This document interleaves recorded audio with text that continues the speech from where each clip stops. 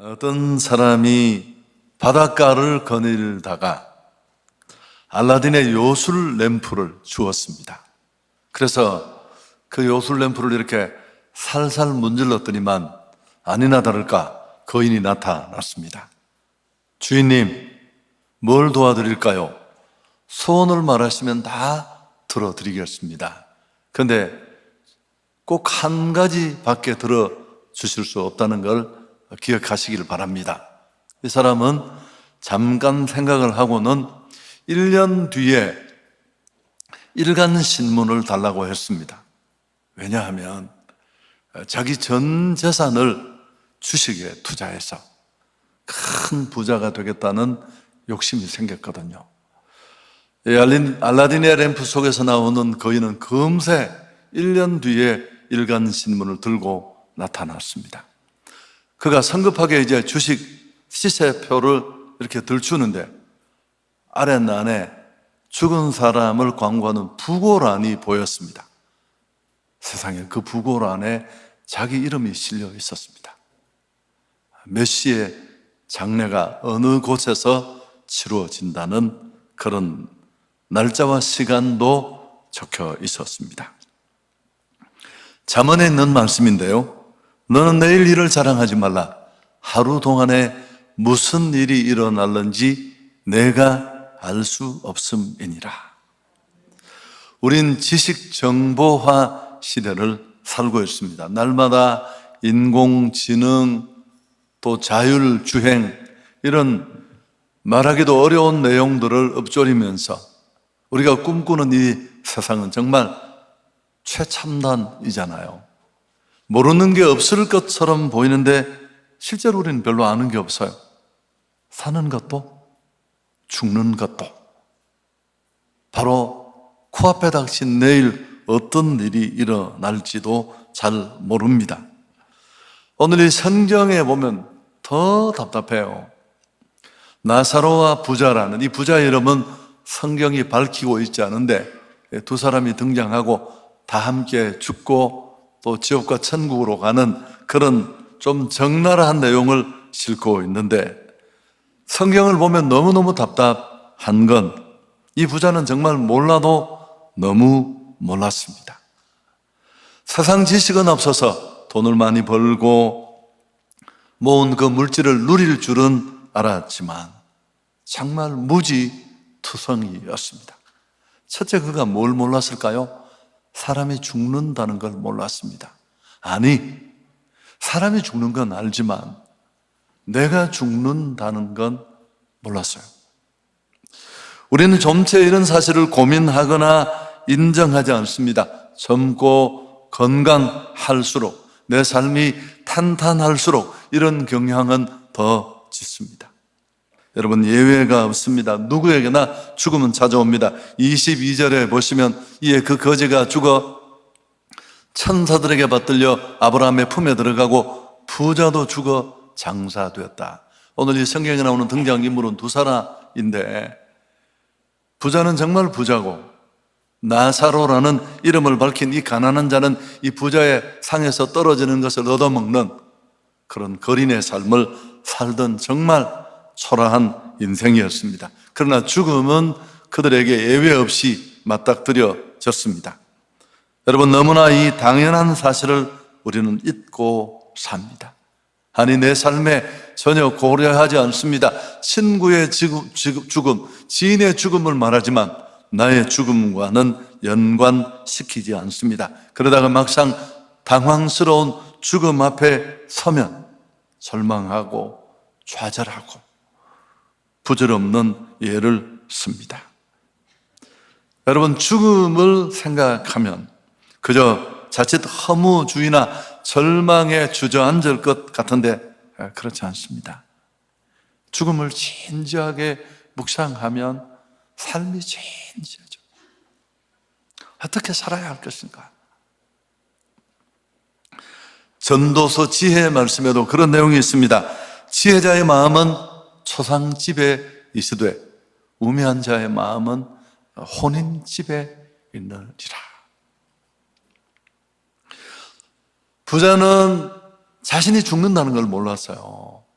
또 한 가지는 죽음 뒤에 세계가 있다는 것도 그는 몰랐습니다. 대부분의 사람들이 그렇습니다. 죽음은 끝이라고 생각합니다. 잊혀지고 모든 것이 끝나는 종료라고 생각합니다만은, 그렇지만 하나님의 말씀인 성경은 그렇게 말하고 있지 않습니다. 히브리서 9장 27절에 한 번 죽는 것은 사람에게 정해진 것이요, 그 후에는 심판이 있다.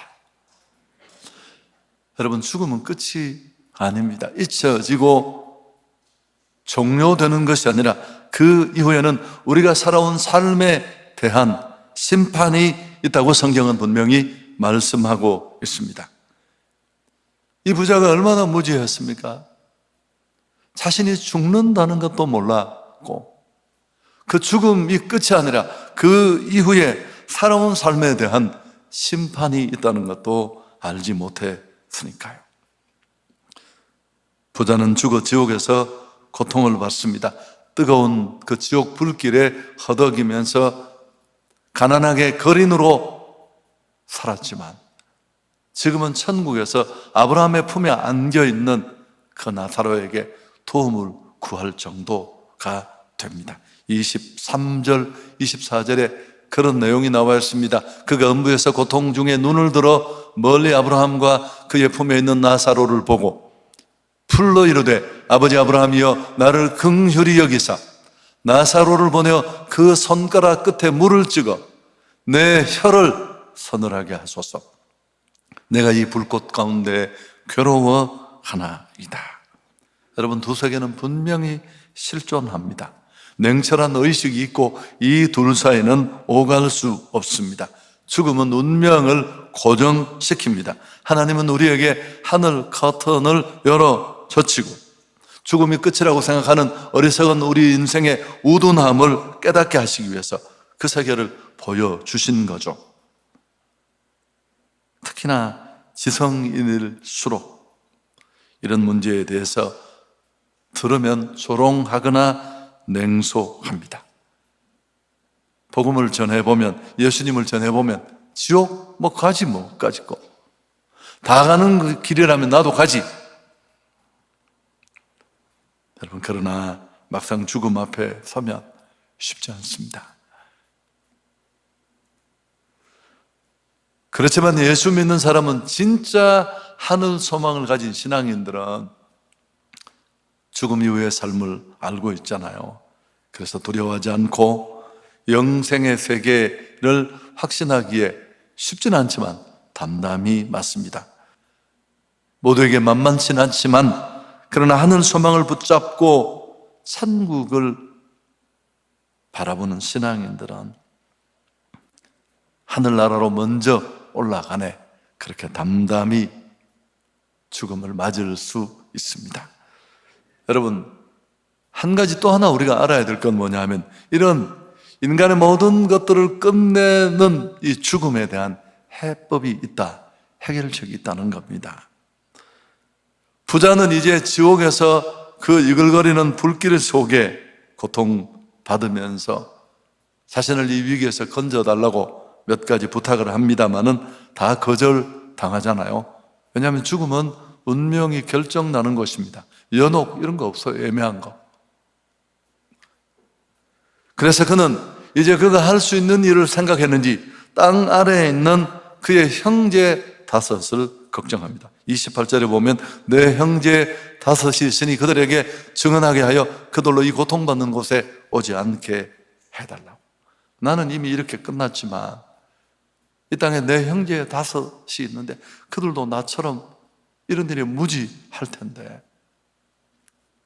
제발 그들에게 이런 곳에, 이 고통받는 곳에 오지 않게 해달라고. 이것 역시 거절합니다. 왜냐하면 자기가 가서 그 소식을 전하겠다는 건데 29절에 보면 아브라함이 이르되 그들에게는 모세와 선지자들이 있으니 그들에게 들을지니라. 모세는 쉽게 말하면 성경을 말하고, 선지자는 오늘 예수 믿는 성도들, 천국과 복음을 전하는 그리스도인들을 말합니다. 세상에 성경과 전도자들이 있으니 그들에게 들으면 된다는 겁니다. 이 사람 생각은 죽었던 사람이 돌아가서 땅에 있는 친지들에게 내가 죽었다가 돌아왔는데 진짜 지옥 있고 진짜 천국 있다고 말하면 얼마나 말빨이 서겠는다는 거죠. 여러분, 그러나 성경은 뭐라고 말합니까? 전도자들, 성경을 보고 전도자들을 통해서 말을 듣지 않는다면 죽은 사람이 다시 살아난다 해도 듣지 않는다. 안 믿어지시죠? 여러분, 실제로 완전히 죽을 병에 들렸다가 기적적으로 고침받은, 예수님 아니고는 그 치유의 역사 없이는 고침받지 못하는 사람 중에 70~80%가 다시 배반하고 세상으로 나갑니다. 저는 한두 사람 본 게 아니에요. 인간이 얼마나 뻔뻔하고 대단한 존재인지. 결국 따져보면 부자는 영생의 길을 몰라서가 아닙니다. 듣지 않고 귀를 막고 외면했기 때문에 그렇습니다. 모세와 선지자들, 전도자들을 만한데 오늘 우리가 이런 행축을 만들고 여러분을 다락방에 초청하고 교회로 초대한 이유도 모두 여기에 있습니다. 복음을 한번 듣고 여러분 마음에 더 분명한 결정을 얻게 하려는 데 있습니다. 우리가 죽은 후에, 아니 내가 죽은 1분 후에 어떤 일이 일어날까요? 실제로 사후세계를 경험했다가 돌아온 사람들 600명 정도의 그 얘기를 들어서 묶어놓은 그런 책도 있습니다만 좀 다르지만 비슷한 내용도 많아요. 그 얘기는 오늘 설명하지 않겠습니다만 내가 죽음의 커튼 뒤로 들어선 1분 후에 우리는 두 팔 벌리고 나를 맞아주시고 환영하시는 그리스도를 만나고 천국에 이르든지 아니면 세상에서 결코 알지 못했던 그 캄캄한 어둠과 지옥의 이 아픔들을 직면하게 될 것입니다. 어느 쪽이든 우리의 미래는 돌이킬 수 없고 변하지 않습니다. 천국에 들어간 사람들은 땅에서 가까이 지내던 친구들로 둘러싸일 것이고, 천국에 들어가지 못한 사람들은 어둠에 둘러싸인 채 박탈감과 상실감으로 몸부림치며 후회하게 되겠죠. 잘 준비해야 됩니다. 지금 딱 그런 시즌인데 우리는 한 해 겨울을 나기 위해서로 보일러에 기름을 채우고 난방기를 점검하고 따뜻한 겉옷을 구매하고 마찬가지입니다. 그럼 왜 부자는 지옥으로 가는데 나사로라는 이 가난한 자는 천국에 갔을까요? 당연히 믿음 때문인데요. 여러분 20절에 보면 나사로라는 이 이름이 나오는데 그 이름은 하나님이 도우시는 자라는 의미입니다. 좀 정리를 하겠습니다. 도대체 인간이 죽음을 맞는 이유가 뭘까요? 수명이 다해서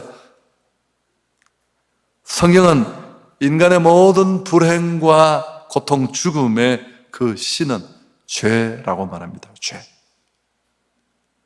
그래서 인간이 이 고질적이고 치명적인 죄를 해결하지 않고는 무슨 짓을 해도 죽음 앞에 서고 지옥 형벌 받는 그런 존재가 될 수밖에 없습니다. 그런데 죄 없는 사람이 없습니다. 나는 죄와는 무관하다고 우리는 착각할 수 있지만 로마서 3장 23절에 모든 사람이 죄를 범하였음에 하나님의 영광에 이르지 못한다. 80억 인류 중에 죄 없는 사람 아무도 없습니다. 그럼 이 죄에 대한 해법이 뭘까요? 오늘 기도해 주시는 내용이 너무 좋았는데요.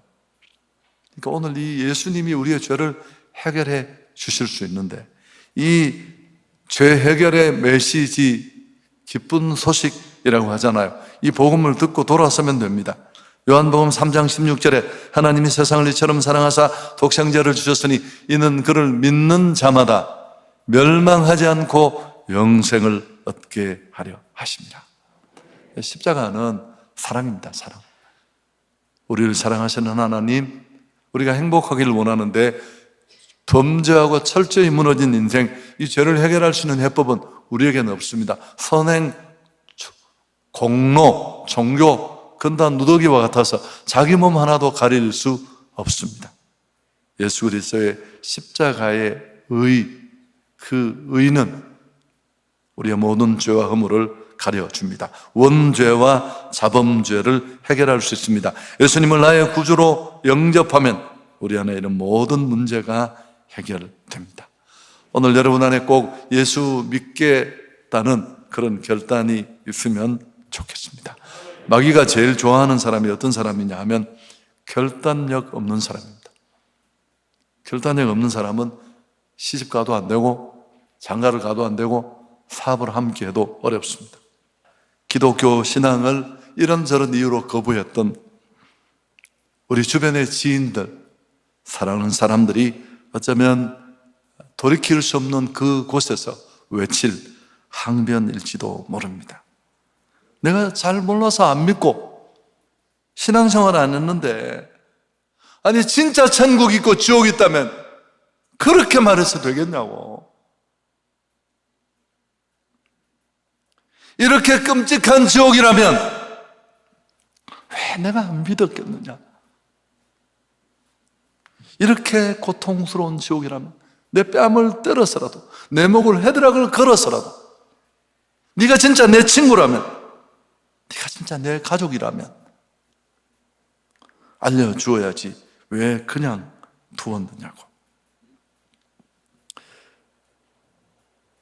여러분, 꼭 한번 깊이 돌아볼 수 있기를 바라고요. 예수 믿으면 제가 매번 이런 설교 때마다 정리해 드립니다만 크게 세 가지 변화가 일어납니다. 예수님을 믿으면 우리 모두가 이 신앙생활하는 사람들 다 경험하니까 목사인 저만이 이렇게 막 뻥치고 부풀려서 하는 얘기가 아니라 제 삶을 다 알아요. 대구에서도 알고 서울서도 알고 우리 성도 수천 명이 저를 다 알잖아요. 예수 믿은 사람 속에 일어나는 이런 과정들, 첫 번째는 마음의 평화가 찾아옵니다. 이걸 저는 심령 천국이라고 하는데, 속 시끄러우면 그건 지옥이에요.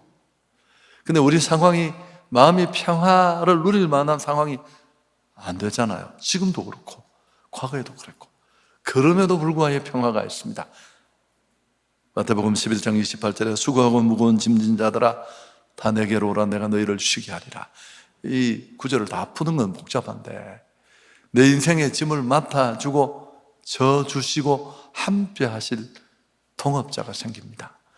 얼마나 든든한지. 목회하다가 하늘이 노래질 일이 한두 번이었겠습니까? 언제나 그분께 달려가면 내 아버지 되신 그분이 은혜를 베풀어 주셨습니다. 두 번째는 예수를 믿고 그분이 내 삶의 주인 되면 삶의 모든 꼬인 것들이 해결됩니다. 요한일서 3장 8절에 하나님의 아들이 나타나신 것은 마귀의 일을 멸하려 하심이라. 하나님은 우리가 잘 살길 원해요. 어느 부모가 자식 어렵길 원치 않는 것처럼 자기 아들을 십자가에 못 박아 죽이면서까지 사랑을 실제로 보여주신 분인데, 그런데 우리 삶이 꼬이고 풀 수 없는 사람 너무 많아요. 주변에 제 지인들 중에도 참 꼬여도 저 어떻게 살겠나 싶습니다. 여러분, 예수를 믿고 그 예수님이 내 삶의 핸들을 가지고 주도하시면 이런 것들이 하나씩 풀려가요. 그분을 개입시키지 않고는 설명할 수 없는 일들이 하나둘씩 일어납니다. 그걸 우리 예수 믿는 사람들은 간증이라고 하죠. 그 사람이 내 스펙, 내 자질, 내 한계를 너무너무 잘 아는데 이해할 수 없는 그런 일들이 매번 너무 여러 번 거듭해서 일어나는 걸 보게 되니까요. 그래서 삶에 꼬인 것들이 풀려지고 어둠의 영들이 던져놓은 덫들이 거쳐집니다. 또 한 가지, 죽음의 문제도 뛰어넘습니다. 오늘 죽음 이야기로 시작했으니까 제가 좀 행복한 사람들의 축제에서 행복하게 하려고 했는데, 여러분, 이 죽음의 문제를 잘 모르면 그 행복은 가짜 행복. 인간의 그 모든 노력을 다 부숴버리는 죽음의 문제를 해결하지 못한 행복, 그건 행복이 아니니까요. 예수를 진짜 믿고 영생의 소망을 붙잡으면 이런 죽음도 뛰어넘습니다. 요한복음 5장 24절 같이 한번 읽을까요? 내가 진실로 너희에게 이르노니 내 말을 듣고 또 나 보내신 예수를 믿는 자는 영생을 얻었고 심판에 이르지 아니하니 사망에서 생명으로 옮겼느니라. 이건 너무너무 중요한 거예요. 내가 예수를 오늘 이 예수를 내가 마음에 믿겠다고 딱 영접하는 순간, 억셉트하고 이 내용을 받아들이는 순간, 나도 교회 다니고 신앙생활 했다. 그 순간에 헬라어 시제로 부정과가요. 영생을 얻었고, 우리 번역은 이 얻었고라는 게 부정과거 시제. 과거에 일어나는 단회적인 사건을 기록하는 세상이에요. 그 순간 하나님의 자녀가 됩니다. 그럼 세 가지 일어나요. 첫째, 심판에 영생을 얻었고, 두 번째, 심판에 이르지 아니하고, 세 번째, 사망에서 생명으로 옮기느니라. 이게 다. 그래서 앞에 말했던 그 당혹스러운 죽음의 문제까지도 다 깔끔하게 해결이 됩니다. 그러나 지옥 가는 일은 너무 쉽습니다. 가만히 있으면 돼요. 얘기하고 설교를 마치겠습니다. 얘기 한 번씩 했는데요, 2012년 2월에 강영우 박사라는 분이 세상을 떠났습니다. 미국에 건너가서 행정관료로는 가장 고위직에 가장 오랫동안 장애인 정책 차관보라는 직책을 가졌던 사람입니다. 우리 교회도 와서 간증을 했잖아요. 너무너무 이분 만나보면 아주 천사 같아요. 눈은 다 이렇게 함몰을 했는데도 얼마나 순수하게 웃고 그런 분인데, 이분이 그렇게 신앙생활하고 부시 부자를 거치는 이런 어마어마한 자리에 있었던 분인데 2012년 2월에 세상을 떠납니다. 갑자기 11년 말에 췌장암 선고를 받았어요. 몇 달밖에 살지 못한다. 그렇지만 의사는 수술에 성공하면 2년 정도 생명을 연장할 수 있다고 했습니다. 그러자 강영우는 단호히 거절했어요. 아니라고, 충분하다고. 그 수술이 어렵기도 하지만 그렇게 해서 생명을 연명하고 싶지 않다라는 이유였습니다. 그리고 그는 가까운 지인들에게 메일을 보내 자신의 임박한 죽음을 전했습니다. 많은 사람이 그 메일을 읽고 감동을 받았습니다. 제가 조금 소개를 하면 여러분들이 저로 인해 슬퍼하거나 안타까워하지 않았으면 하는 것이 저의 작은 바람입니다. 아시다시피 저는 누구보다 행복하고 축복받은 삶을 살아보지 않았습니까? 끝까지 하나님의 축복으로 주변을 정리하고 사랑하는 사람들에게 작별 인사할 시간까지 허락받았습니다. 한 분 한 분 찾아뵙고 인사드려야겠지만 그렇게 하지 못한 점 너그러운 마음으로 이해해 주시기 바랍니다. 여러분으로 인해 제 삶이 더욱 사랑으로 충만했고 은혜로웠습니다. 감사합니다. 그리고 그는 이 세상을 떠났습니다. 여러분, 육신의 눈으로 보면 죽음은 공포고 좌절이고 절망입니다. 그러나 하나님의 사람에게는